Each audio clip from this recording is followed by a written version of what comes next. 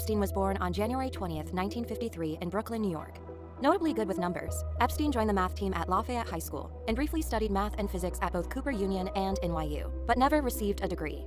Instead, by the mid-1970s, he began teaching calculus and physics at the Dalton School, an expensive private school in New York City. According to The Guardian, Epstein was known for wearing a fur coat, gold chains, and an open shirt that exposed his chest. And at least once, he showed up at a high school party where his students were drinking. He paid persistent attention to girls in the hallways and in his classroom, which was so disconcerting, some students later recalled it left an impression that lingered for decades. Though he was never formally accused of sexual misconduct, one student felt so uncomfortable with him, they reported his behavior to a school official. Ultimately, he was let go from the staff due to poor performance. Working at the prestigious school had its benefits. According to Vanity Fair, through his students, he also became connected to powerful parents, one of whom was Ace Greenberg, a legendary trader and a senior partner at Bear Stearns, a company that targeted men exactly like Epstein. They didn't need to have the pedigree. They just needed to be PSD, poor, smart, and deeply desirous to get rich quick. In 1976, Epstein was hired as a junior assistant. By 1980, just 4 years after he had gotten into the business, he was made a senior partner. Epstein quickly acquired a bevy of personal clients as well, and by 1981, he left Bear Stearns to open his own wealth management firm called J. Epstein & Co. His business operated slightly differently than the rest of the industry. He refused to take any client who didn't have at least $1 billion in assets, and acted as their financial architect who controlled all investments, tax strategies, and philanthropic endeavors. Epstein charged a flat fee, never taking commissions or percentages, but demanded power of attorney to control his client's entire fortune, even if his annual management fee was 0.5%. One account worth $15 billion would yield him $75 million a year alone. He had about 20 accountants to keep numbers on track, 150 employees for administrative duties, and several beautiful female assistants to keep his schedule tight. But no one except him could manage or analyze the accounts. He made every investment decision by himself. In addition to his clients, Epstein collected friends he wanted to keep close, often men with political power or in the sciences. For example, he built a Santa Fe home after spending time with Nobel Prize-winning physicist Murray Gell-Mann, who was co-chair of the science board at the Santa Fe Institute at the time. Gerald Edelman, another Nobel Prize winner who managed the Neurosciences Institute, said that at one point, Epstein was giving them $20 million a year, likely in exchange to visit and ask scientific and philosophical questions. Most infamously, though, were Epstein's targeted political connections. Some say he worked especially hard to get close to Bill Clinton, and future President Donald Trump said of Epstein in 2002, "I've known Jeff for 15 years. Terrific guy. He's a lot of fun to be with. It is even said that he likes beautiful women as much as I do, and many of them are on the younger side. No doubt about it. Jeffrey enjoys his social life." Epstein had been romantically linked to Ghislaine Maxwell, the daughter of British media mogul Robert Maxwell, who had her own townhouse a few blocks away from his in New York. The heiress was known as a socialite, a party girl with friends in all stratospheres, as high as British royalty. Many postulated that despite their connection, their relationship was largely platonic, mainly due to Epstein's dedication to his bachelor lifestyle. Journalist David Patrick Columbia said of the pair, "It's a mysterious relationship that they have. In one way, they are soulmates, yet they are hardly companions anymore. It's a nice conventional relationship, where they serve each other's purposes." But Epstein wasn't just a playboy, and Maxwell a lovesick groupie. Anyone in Epstein's orbit may have been pulled into the enormous gravity of his alleged heinous crimes. In March 2005, when a 14-year-old girl confessed to her parents that something terrible had happened to her. Those parents went to the police with her story. Their daughter had been molested by Jeffrey Epstein in his Palm Beach mansion. When she was brought in for questioning, she told authorities she had been brought there by 2 other girls, and when those girls were brought in, they pointed to 2 more girls who had done the same thing to them. Detectives soon identified dozens of victims, all female minors who all told a similar story. They arrived in a taxi to Epstein's Palm Beach waterfront estate and were brought through a side door into a kitchen, where they might be offered a snack, before they were shepherded upstairs to the master bedroom where Epstein lied in wait. One of his victims, Courtney Wild, who was only 14 years old when she was assaulted by Epstein, said of his strategy, "Jeffrey preyed on girls who were in a bad way, girls who were basically homeless. He went after girls who he thought no one would listen to, and he was right."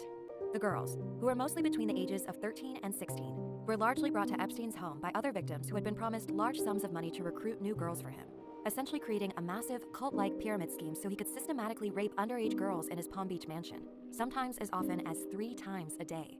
As lawsuits were filed by dozens of victims, Epstein invoked his Fifth Amendment right to remain silent, rather than self-incriminate over 200 times during depositions.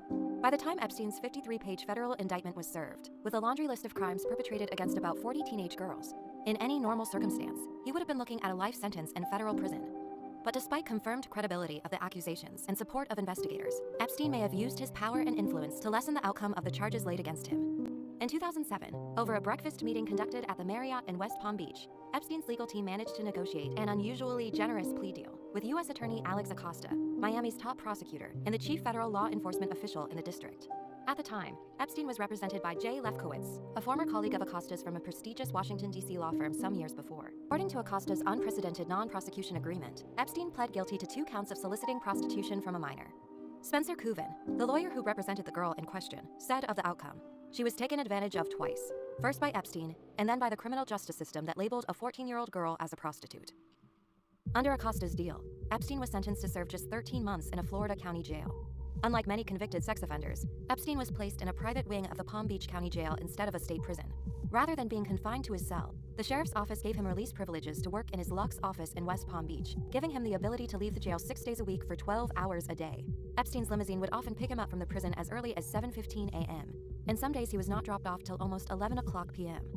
At the time, the Sheriff Department's official policy ruled explicitly that sex offenders did not qualify for work release. Acosta also allowed another unprecedented stipulation that was in direct violation of federal law. As ruled by a federal judge in 2019, the victims would not be informed of the deal.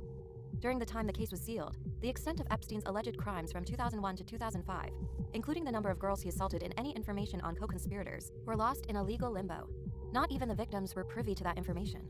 Local authorities had referred Epstein's case to the FBI as well. But with the plea deal, some have criticized that Acosta had also effectively halted their extensive ongoing probe. In fact, Acosta's deal ensured that Epstein and at least 4 accomplices received immunity from all federal criminal charges, with an incredibly flexible clause granting immunity to any potential co-conspirators as well. Many believe this was meant to protect any influential men who might have had sex with underage girls while with Epstein at one of his properties.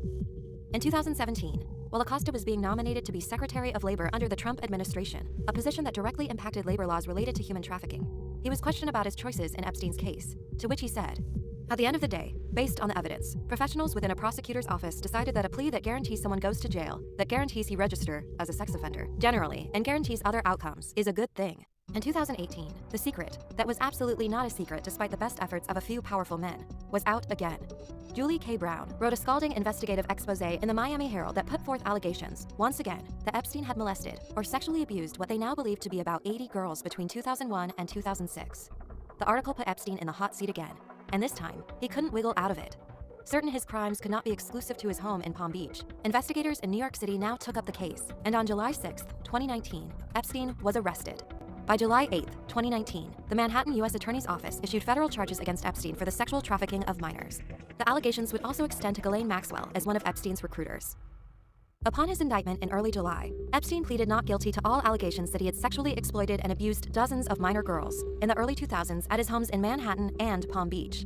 His trial was slated for June 2020, but what came next was an unexpected twist for Epstein. For years, Epstein had been able to live freely despite the multitude of sexual abuse allegations. But finally, his vast wealth couldn't help him. Epstein offered to put up about $100 million for bail, requesting house arrest, secured by armed guards he would pay for. The judge didn't buy his argument. Manhattan Federal Court Judge Richard Berman said of Epstein's case, "The government has established danger to others and to the community by clear and convincing evidence. I doubt that any bail package can overcome a danger to the community." After being denied bail, Epstein was returned to the Metropolitan Correctional Center in Lower Manhattan. At 6:30 a.m. on the morning of July 23, 2019, Epstein was found dead in his cell. According to the BBC, the New York medical examiner officially ruled the death a suicide by hanging. Reportedly, Epstein had injuries on his neck from unidentified sources that some believe may have been self-inflicted in relation to suicide, but others have not ruled out assault by another inmate.